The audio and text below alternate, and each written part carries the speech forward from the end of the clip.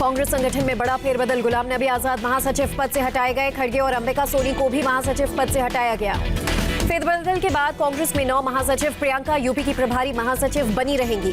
Party संगठन और संचालन के लिए एक स्पेशल कमेटी बनाई गई। एंटनी अहमद पटेल, वेणुगोपाल, मुकुल वासनिक और सुरजेवाला को रखा गया। रणदीप सुरजेवाला का कद बढ़ा। महासचिव के साथ कर्नाटक के प्रभारी भी बनाए गए। मुकुल वासनिक एमपी के प्रभारी महासचिव होंगे। हरीश रावत महासचिव बने। रावत को पंजाब का भी प्रभार। कांग्रेस ने केंद्रीय चुनाव समिति का भी पुनर्गठन किया। मधुसूदन मिस्त्री होंगे सीईसी के नए चेयरमैन। रक्षा मामलों की संसदीय समिति की बैठक में शामिल हुए राहुल गांधी। 11 बैठकों से गैर हाजिर रहने के बाद पहली बार हुए शामिल।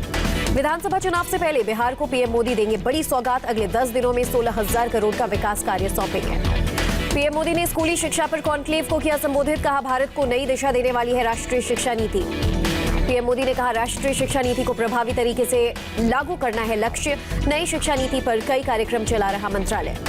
प्रधानमंत्री ने मूल्यांकन प्रणाली में संपूर्ण सुधार पर दिया जोर। राष्ट्रीय मूल्यांकन परक केंद्र की स्थापना की जाएगी।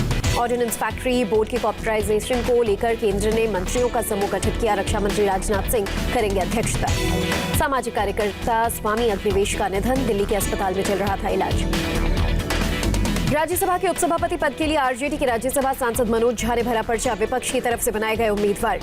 राज्यसभा उपसभापति चुनाव के लिए बीजेडी ने अपने सांसदों को जारी किया व्हिप। जेडी उम्मीदवार के लिए नीतीश ने मांगा समर्थन। लालू यादव को झारखंड हाईकोर्ट से नहीं मिली बेल। अब 9 अक्टूबर को होगी सुनवाई।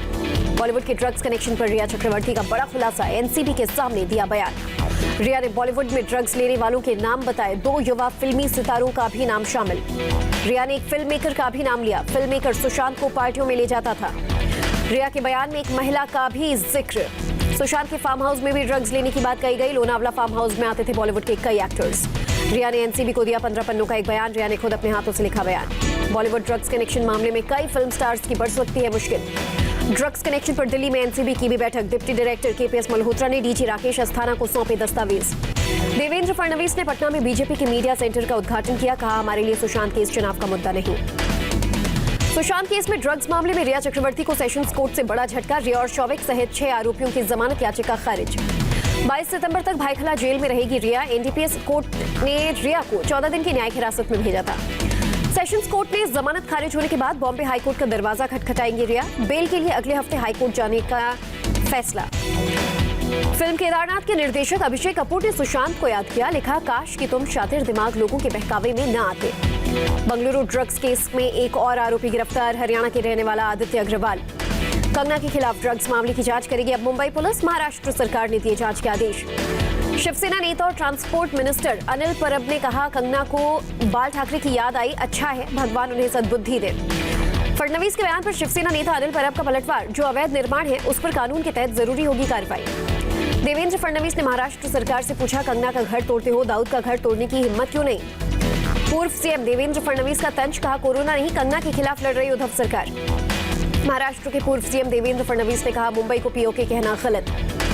शरद पवार ने कंगना के ऑफिस पर तोड़फोड़ को बीएमसी का एक्शन बताया। कहा, कंगना बनाम महाराष्ट्र सरकार का मामला नहीं। मुंबई की कांदिवली में शिव सैनिकों की गुंडागर्दी। नौसेना के रिटायर्ड अधिकारी की पिटाई की। नौसेना के रिटायर्ड ऑफिसर ने बताया, सोनिया गांधी, शरद पवार और उद्धव ठाकरे का एक कार्टून शेयर करने पर हुई पिटाई। नेवी के रिटायर्ड ऑफिसर की पिटाई मामले में पुलिस ने 2 लोगों को हिरासत में लिया। नौसेना ऑफिसर की पिटाई पर देवेंद्र फडणवीस ने उद्धव ठाकरे पर साधा निशाना। कहा, उद्धव जी प्लीज गुंडाराज रोकिए। संजय राउत को धमकी भरा कॉल करने के मामले में कोलकाता पुलिस ने एक शख्स को किया गिरफ्तार। कंगना पर राउत के बयानों से था नाराज। कंगना मामले में डीजीसीए ने इंडिगो एयरलाइंस से मांगी रिपोर्ट। 9 सितंबर को फ्लाइट के दौरान फोटोग्राफी और वीडियोग्राफी पर रिपोर्ट तलब की। इंडिगो एयरलाइंस ने कहा, डीजीसीए को जवाब भेजा। फ्लाइट के दौरान सुरक्षा नियमों और हर प्रोटोकॉल का हुआ पालन। कंगना ने सोनिया गांधी पर भी साधा निशाना। पूछा, एक महिला होने के नाते क्या मेरे साथ महाराष्ट्र की सरकार के बर्ताव से दुखी नहीं हैं आप। कंगना ने कहा, आपकी चुप्पी और उदासीनता पर न्याय करेगा इतिहास। शिवसेना ने सामना के जरिए बीजेपी पर किया हमला। कहा, बिहार चुनाव में जाति विशेष के वोट के लिए दिया जा रहा राजनीतिक रंग। केंद्रीय मंत्री रामदास आठवले ने महाराष्ट्र की गवर्नर से की मुलाकात। कंगना के दफ्तर को गिराए जाने के मामले में की मुआवजे की मांग। एलएसी पर तनाव को लेकर रक्षा मंत्री राजनाथ सिंह के नेतृत्व में हुई high level meeting. NAC Ajit Doval भी रहे मौजूद। बदलते मौसम में एलएसी पर सेना के डिप्लॉयमेंट पर भी मंथन। चीन के साथ विवाद के समाधान पर चर्चा। रक्षा मंत्रालय से जुड़ी संसदीय समिति की बैठक में सीडीएस जनरल बिपिन रावत भी हुए शामिल। भारत चीन सीमा विवाद सुलझाने को लेकर आज फिर दोनों देशों के ब्रिगेडियर कमांडर लेवल की बातचीत हुई। करीब 4 घंटे चली बैठक। 24 घंटे से भी कम वक्त में जॉइंट स्टेटमेंट से पीछे हटा चीन। चीन के सरकारी अखबार ने जॉइंट स्टेटमेंट को एक पेपर टॉक करार दिया। भारत चीन के विदेश मंत्रियों की मुलाकात को तनाव कम करने की दिशा में पहला अहम कदम बताया गया। मॉस्को में भारत चीन के विदेश मंत्रियों की हुई बातचीत। 5 पॉइंट सोल्यूशन वाला जॉइंट स्टेटमेंट जारी किया गया। दोनों देश एलएसी पर पहले के समझौतों का पालन करेंगे। ऐसा कोई कदम नहीं उठाएंगे जिससे हालत बदले। दोनों देशों के बीच पहले के समझौतों से सीमा विवाद सुलझाया जाएगा। सीमा विवाद को सुलझाने के लिए बातचीत जारी रहेगी। बैठक के दौरान विदेश मंत्री जयशंकर ने कहा, विवाद वाले इलाकों से तत्काल पीछे हटें सैनिक। जयशंकर ने चीन के विदेश मंत्री से कहा, चीन बॉर्डर मैनेजमेंट से जुड़े सभी समझौते माने, एक तरफा हालात में नहीं होंगे बदलाव। जयशंकर ने एलएसी पर तोप के साथ चीनी सैनिकों की बड़ी संख्या में तैनातगी पर जताई चिंता। 1993 और 96 के समझौतों के खिलाफ बताया। अरुणाचल प्रदेश के लापता युवकों को हैंडओवर करेगा चीन। केंद्रीय मंत्री किरण रिजिजू ने कहा, कल हो सकती है वापसी। जम्मू कश्मीर के राजौरी में एलओसी पर लैंडमाइन ब्लास्ट, एक मेजर और एक जवान घायल। सोपोर में पुलिस चौकी पर ग्रेनेड फेंकने के मामले में अलबद्र से जुड़ा एक आतंकी गिरफ्तार, 2 सहयोगी भी हत्थे चले। जम्मू कश्मीर के बारामूला में लश्कर ए तैयबा के 2 आतंकी गिरफ्तार, ग्रेनेड भी बरामद। राजस्थान के अनूपगढ़ सेक्टर में बीएसएफ ने 2 पाकिस्तानी ड्रग्स तस्करों को मार गिराया। दिल्ली पुलिस ने ड्रग्स के अंतर्राष्ट्रीय गिरोह का भांडाफोड़ किया। गिरोह के 5 सदस्य हिरासत में। यूपी के महाराजगंज में 12 साल की लड़की को अगवा कर रेप, 2 लोगों पर आरोप। एमपी के सीएम शिवराज सिंह का वादा, अगले 3 सालों में एमपी में कोई गरीब बिना पक्के मकान के नहीं होगा। शनिवार को एमपी में पीएम मोदी 1,75,000 गरीबों को देंगे मकान, सीएम शिवराज सिंह ने दी जानकारी। सीएम शिवराज सिंह चौहान ने कहा, 18 तारीख को प्रदेश के 20 लाख किसानों को मिलेगा फसल बीमा योजना का लाभ। मध्य प्रदेश उपचुनाव के लिए कांग्रेस पार्टी ने 15 उम्मीदवारों की पहली सूची जारी की। 27 विधानसभा सीटों पर होने हैं उपचुनाव। भारत में कोरोना ग्राफ 45 लाख के पार। एक दिन में सामने आए 96,551 नए केस। कोरोना से देश में एक दिन में 1,209 लोगों की मौत। मरने वालों की संख्या 76,271। भारत में तेजी से बढ़ा रिकवरी रेट, पिछले 29 दिनों में 100% की बढ़ोतरी। देश के 9 राज्यों में सबसे ज्यादा कोरोना संक्रमण, 75% एक्टिव इन्हीं राज्यों में। देश में करीब 5,41,00,000 को लोगों का कोविड टेस्ट। 10 सितंबर को 11,63,000 से ज्यादा सैंपल्स की जांच। केंद्रीय रेल राज्य मंत्री सुरेश अंगड़ी कोरोना संक्रमित संपर्क में आए लोगों से कोरोना जांच कराने की अपील। कानून और न्याय संबंधी संसद की स्थायी समिति की सिफारिश, कोरोना महामारी समाप्त होने के बाद भी कुछ मामलों में वर्चुअल अदालतों को जारी रखा जाएगा। सुप्रीम कोर्ट ने कोरोना मरीजों को लेकर राज्य सरकार को दिए निर्देश, कहा कोविड मरीजों के लिए एम्बुलेंस के सही रेट फिक्स किए जाएं।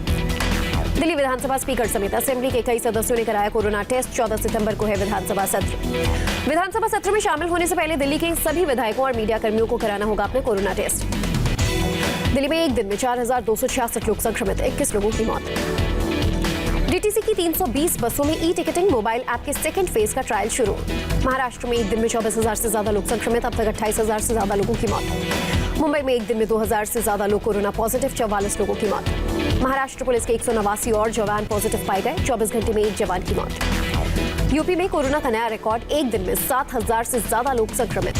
बिहार का कोरोना ग्राफ 1,52,000 के पार। पश्चिम बंगाल में 24 घंटे में कोरोना के 3,157 नए मामले।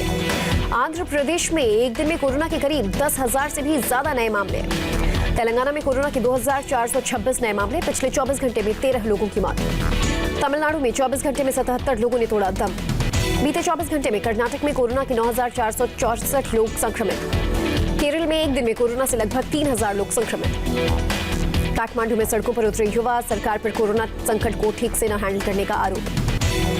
डॉलर इंडस्ट्रीज लिमिटेड ने एंटीवायरल प्रोडक्ट्स की नई रेंज मार्केट में उतारी, ऑस्ट्रेलिया की हेल्थ कार्ड कंपनी से मिलाया हाथ। डॉलर इंडस्ट्रीज ने एक्सपर्ट्स के साथ हेल्थ वेबिनार आयोजन किया। कंपनी के एमडी विनोद गुप्ता ने कहा, महामारी के दौरान हाइजीन और जागरूकता जरूरी। सेंसेक्स 14 और निफ्टी 15 से ज्यादा अंकों की बढ़त के साथ हुआ बंद। डॉलर के मुकाबले रुपए का भाव 7 पैसे गिरा, 1 डॉलर की कीमत 73 पैसे 53 पैसे। कोरोना की वजह से 30 सितंबर तक नहीं होगी बीसीसीआई की एनुअल जनरल मीटिंग।